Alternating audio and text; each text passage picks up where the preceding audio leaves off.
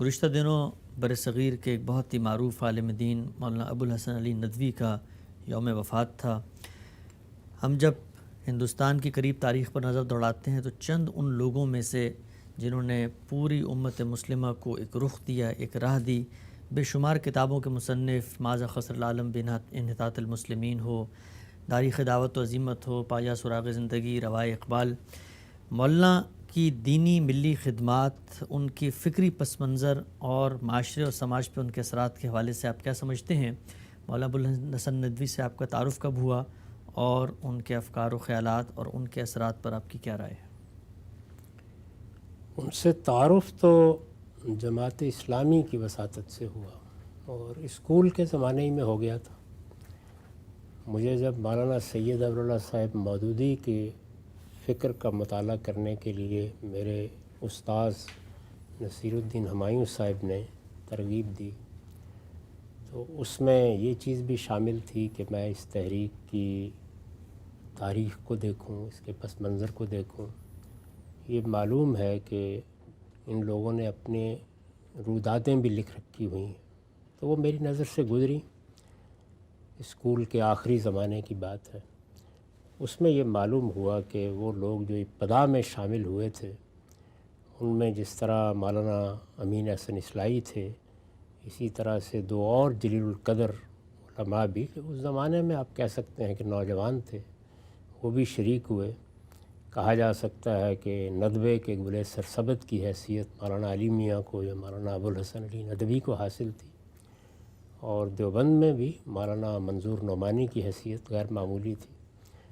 تو تعارف تو اس طرح سے ہوا، لیکن بعد کے زمانوں میں پھر مجھے موقع ملا کہ میں ان دونوں بزرگوں کے حالات سے بھی واقف ہوں، ان کی تصنیفات بھی دیکھوں۔ خاص طور پر تحریک مجاہدین کے مطالعے کے دور میں جس طرح مولانا غلام رسول مہر کی کتاب ایک کلاسیک کی حیثیت رکھتی ہے، اس کے مندرجات سے اختلاف اتفاق زیر بحث نہیں ہے، ایسا ہی معاملہ مولانا علی میاں کی کتاب کا بھی ہے۔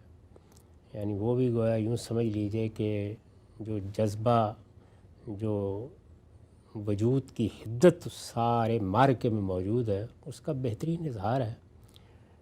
تو اس زمانے میں اور زیادہ متعارف ہوئے۔ پھر دعوت کیا ہوتی ہے، اللہ کے رسول نے دعوت کس طرح سے دی، بعد کے زمانوں میں کیا معاملہ رہا۔ تو ایک دور ہے کہ جس میں دعوت اس پہلو سے بھی کہ اس کا اس انقلاب سے کیا تعلق ہے جو ہم برپا کرنا چاہتے تھے اس زمانے میں، اور خود دین کے احکام سے کیا تعلق ہے، تو میرے لیے بڑی توجہ کا مرکز بنا۔ اسی زمانے میں میں نے اپنے جلیل القدر استاذ امام امین احسن اصلاحی کی جو کتاب ہے دعوت دین اور اس کا طریقہ کار، اس کا بہت تفصیلی مطالعہ کیا۔ اسی طرح کا معاملہ جو دعوت سے متعلق ہمارے ہم ماضی میں بعض چیزیں لکھی گئی ہیں وہ نظر سے گزری۔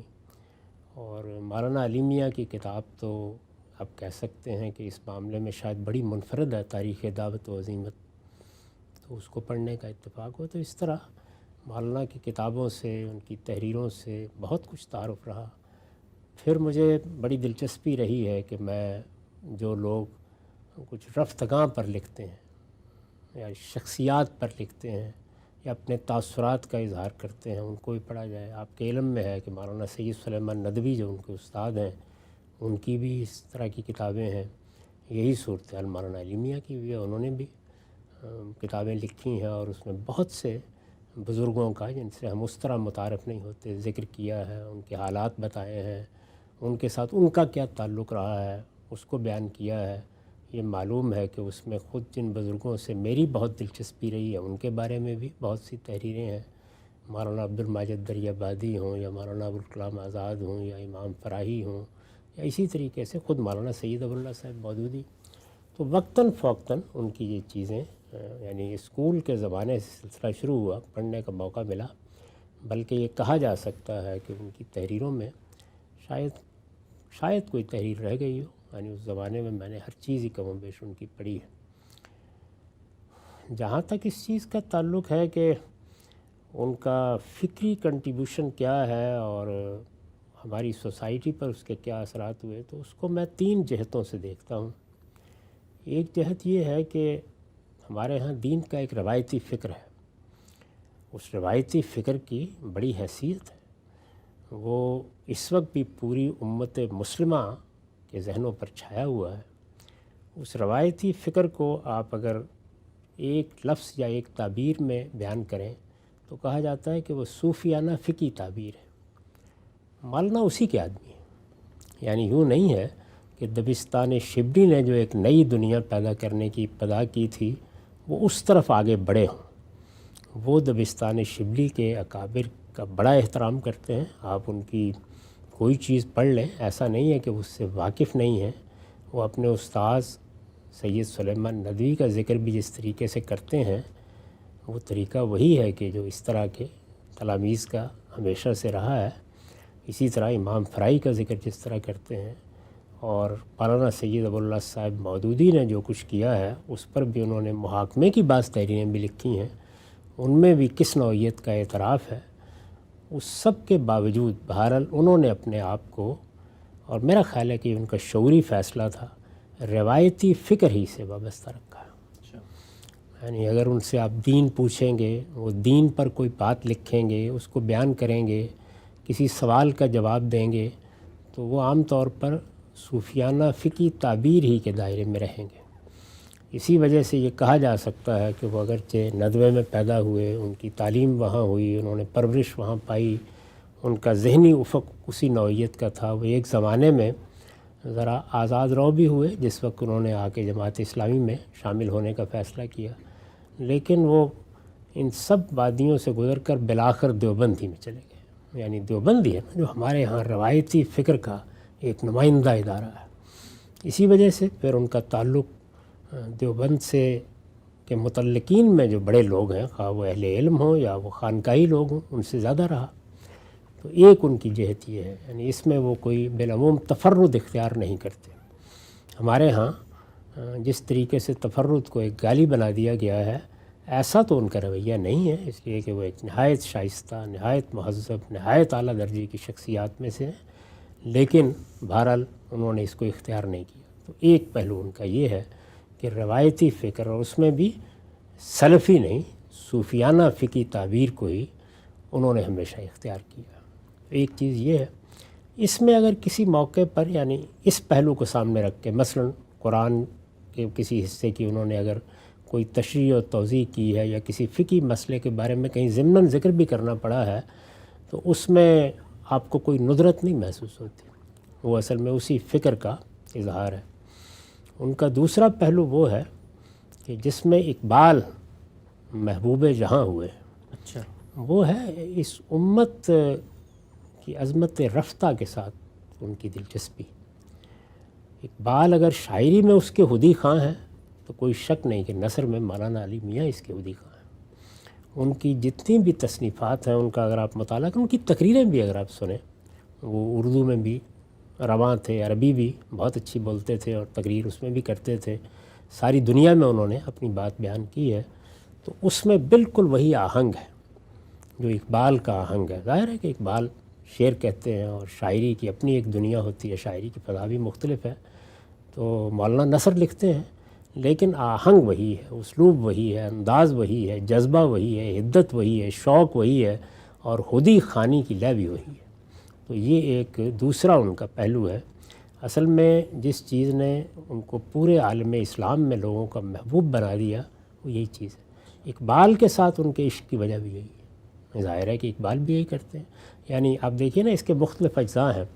رسالت مآب صلی اللہ علیہ وسلم کے ساتھ محبت، مسلمانوں کے ماضی کے ساتھ ایک غیر معمولی ذہنی، فکری، جذباتی، بلکہ آپ کہہ سکتے ہیں کہ تہذیبی بھی ایک عاشقانہ تعلق، اور پھر یہ کہ مسلمانوں کے احیاء کی تڑپ، دنیا کو یہ بتانا کہ ماذا خسر العالم بین انحطاط المسلمین، یہ ڈوب گئے ہیں تو تم نے کیا کھویا ہے، دنیا میں ان کا کنٹریبیوشن کیا تھا، ماضی کیا تھا، حال پر اس کے اثرات کیا ہیں۔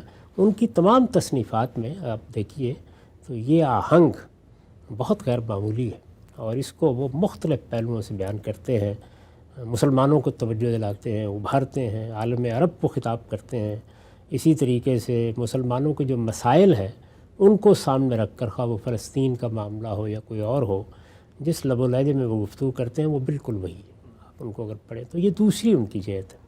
اور میرا احساس یہ ہے کہ ان کو جو قبولیت حاصل ہوئی عالم اسلام میں، جو عزت ان کی گئی، وہ در حقیقت ان کی شخصیت کا یہی پہلو ہے.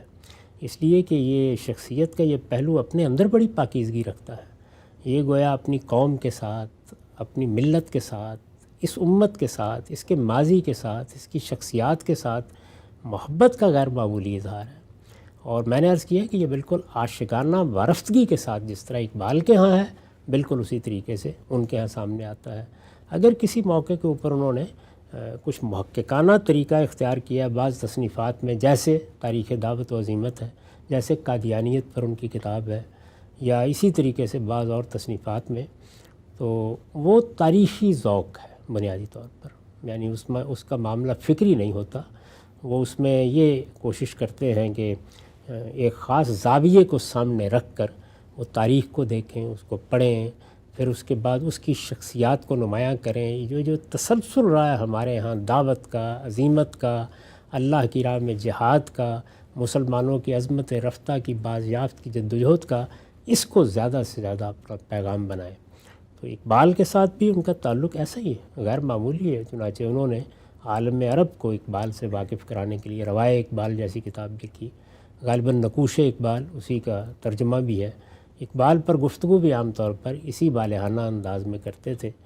تو یہ میں نے اس لیے عرض کیا کہ ان کی شخصیت پر جو چیز چھائی ہوئی ہے وہ اصل میں ان کا یہ پہلو ہے. اور تیسری چیز یہ ہے کہ وہ بہرحال کسی خانقاہ میں نہیں بیٹھے رہے. انہوں نے مسلمانوں کے ایک رہنما کی زندگی بسر کی ہے. یہ چیز علماء میں کم ہوتی ہے، خاص طور پر مدرسی علماء تو وہ یہ پسند نہیں کرتے. وہ چاہتے ہیں کہ وہ حدیث پڑھا رہے ہیں، قرآن پڑھا رہے ہیں، کسی مدرسے میں ہیں. وہ بھی تعلیم دیتے رہے ہیں اور ندوے میں بہرحال ان کی بڑی تاریخ ہے. لیکن اس سب کے ساتھ ان کی حیثیت جو تھی وہ مسلمانوں کے ایک رہنما کی تھی. اور جس وقت تک وہ زندہ رہے یا جو ان کا عروج کا دور ہے، اس میں اگر آپ نگاہ اٹھا کے کہیں کہ مسلمانوں کی مذہبیت کی نمائندگی عالم اسلام کی سطح پر کون کرتا ہے، تو جس شخصیت کی طرف نگاہ پڑے گی وہ مولانا علی میاں ہی تھے. اس میں کوئی شبہ ہی نہیں ہے اس معاملے میں. مولانا سید ابواللہ صاحب مودودی کو بھی یہ چیز حاصل ہوئی، لیکن چونکہ ان کے فکر میں وہ ندرت موجود تھی جس کو ہمارا پرانا روایتی فکر قبول کرنے کے لیے تیار نہیں ہے، تو وہاں پر جبینوں پہ شکنیں بھی پڑ جاتی تھیں اور اس طرح کی قبولیت مذہبی حلقوں میں نہیں ہوتی تھی. لیکن مولانا علی میاں کے ساتھ یہ معاملہ نہیں ہوا. تو یہ ان کی شخصیت کا تیسرا پہلو ہے جس میں انہوں نے بہت خدمت بھی کی اور اس کردار بھی انجام دیا. جو ادارے بنے مسلمانوں کے، جیسے رابطہ ہے یا معتمر ہے یا اور اس طرح کے ادارے ہیں، تو جہاں جہاں بھی وہ رہنمائی کا فریضہ انجام دی اور رہنمائی کے لیے ان کی طرف لوگوں کی نگاہیں اٹھتی تھیں، ہندوستان کے مسلمانوں کی بھی انہوں نے کوشش کی کہ رہنمائی کریں. اب ظاہر ہے کہ ان تینوں جہتوں کے بارے میں بہت سی چیزیں ہو سکتی ہیں کہ جن میں مثال کے طور پر میرا زاویہ نظر مختلف ہو، یا میں اس کو اس طریقے سے نہ دیکھتا ہوں، یا اگر میں کسی موقع پر محاکمہ کروں تو اس میں تنقید بھی کر دوں. لیکن اس سے کوئی فرق نہیں پڑتا. یعنی اپنی عظمت کے لحاظ سے، اپنی شخصیت کے لحاظ سے، اپنے علم کے لحاظ سے، اپنے جذبے کے اعتبار سے وہ ہماری محبوب ترین شخصیات میں سے تھیں. اور میرا خیال ہے کہ ہمیں اپنی اس طرح کی شخصیات کے بارے میں ایسے ہی جذبات رکھنے بھی چاہیے. اس کے ساتھ البتہ جہاں کہیں ہم محسوس کریں کہ کوئی چیز قرآن و سنت کے مطابق نہیں ہے یا کوئی ایسا معاملہ ہے کہ جس میں ہمارا زاویہ نظر مختلف ہے، تو اس کو شائستگی کے ساتھ اور تہذیب کے ساتھ بیان کرتے ہیں. جی سب بہت ہی آپ نے جامعیت سے یہ تینوں پہلو جو ہیں مولانا ابوالحسن ندوی کی جو فکری پس منظر ہے، ان کی جو علمی کنٹریبیوشن ہے، اس کو واضح کیا. ایک اور پہلو کی طرف میں آپ سے جاننا چاہوں گا. ان کی کتابیں ظاہری بات ہے ہم طلبہ نے ابتدا میں پڑھی. جو اسلوب تحریر ہے، جو زبان و بیان کا ایک آہنگ، جو انشاء پردازی ان کے ہمیں نظر آتی ہے. ہمیں دیکھتے ہیں کہ برصغیر میں خود اردو کا بھی ایک ارتقاء ہے. وہ ہمارے دیوبند کے علماء کے جو پرانے بزرگ ہیں ان کے ہاں جو ایک مسجع اور مقفع اور عربی ضرب الامثال اور فقہی عبارات سے مزین ہمیں اردو ملتی ہے. سر سید پہ وہ سلسلہ آگے بڑھتا ہے.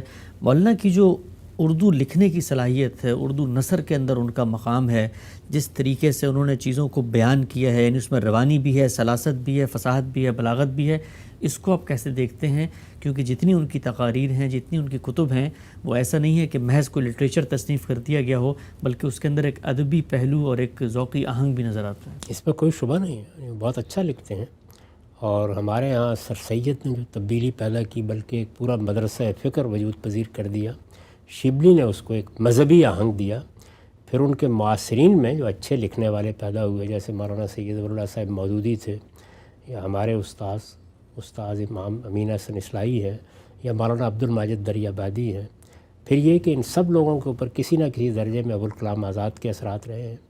تو یہ ساری چیزیں ہیں جس پہ ہر شخص کا اپنا ایک رنگ آہنگ پیدا ہو جاتا ہے، لیکن اگر آپ ان کو شمار کرنا چاہیں تو آپ جو مذہبی ادب تخلیق ہوا ہے اس کے ہندوستان میں بڑے اساتین میں شمار کریں گے۔ بہت اچھا لکھتے ہیں، اپنی بات بہت بلاغت کے ساتھ کہتے ہیں، اور اس میں زبان کی، بیان کی، انداز کی بڑی خوبیاں ہوتی ہیں۔